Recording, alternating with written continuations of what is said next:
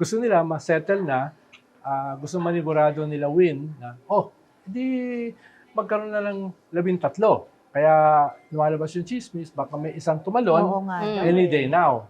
No? Ilang linggo na yan. Yeah, we keep hearing this. Joel Nakatatlong Villanueva. linggo na yan, ha? Hindi naman. Oo. 2 linggo pa lang. Kita mo? Sa galing Pag, yan, pag tumalon yan, tapos na ang usapan. Hindi, dapat kasi yan na-resolve na before. Pero yung gustong tumalon, ang gusto niya mangyari, siya yung Senate President. Hindi siya acceptable. No? Kaya hindi natuloy. Talakas ang loob nitong isa. Civil service na nga, recognize si Gatchalian. Malacanang, si Senator Gatchalian din. Lower House, si Senator Gatchalian Tsaka de din. facto na siya kasi yung buong bureaucracy ng Senado nasa kanya na eh. Yes. Ano ka ba? Ba't ang lakas ng loob? Sa bagay, ginawa naman niya noon yan ng kandado ng lower house. Saka, ano ka ba?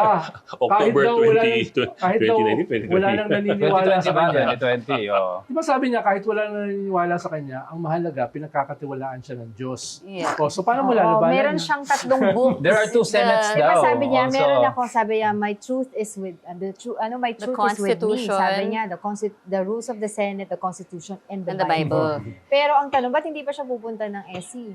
Para, di ba, i-challenge na niya itong Alam niya usapin matalo na siya to. eh. And also, what is this compromise that he was trying to... Yun yung favorite mong compromise. Dati kasi nagkaroon siya ng term sharing kay Lord Okay. Velasco Oo. na hindi niya Yeah, sinunod, di ba? 9-6 ba yun o 6-9? Oo. Tapos, hindi niya sinunod, pinadlock na yung Kongreso. Eh, di ba Pinatay niya yung tinatawag siya ilaw at saka yung kuryente. Tapos nilock talaga niya.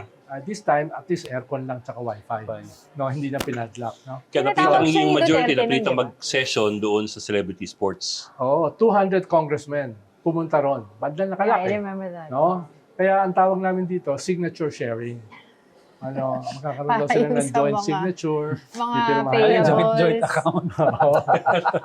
Parang endor, ganun. Siyempre, hindi papayag si Win, di Hindi, ba? hindi sila pumayag. Meron na siyang recognition ng palasyo, may recognition siya ng lower house, at to some extent, may recognition na siya ng publiko. Dahil almost 70% ng doon sa mga surveys ay nire-recognize siya. No? At 24% lang doon sa kabila. Kaya parang tapos na eh. Gusto lang nilang technically makasigurado Para para 13, wala nang question.